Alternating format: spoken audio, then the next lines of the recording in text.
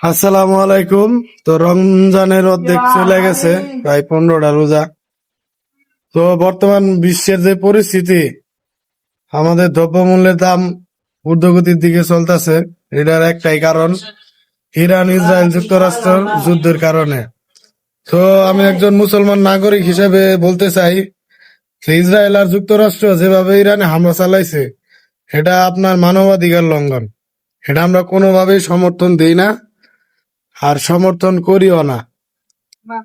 Iran আর Israel পৃথিবীর ভিতরে যে কোনো একটা ফ্যাসাদ সৃষ্টি করার লক্ষ্যে তারা ইরানে যুদ্ধ চালাইছে।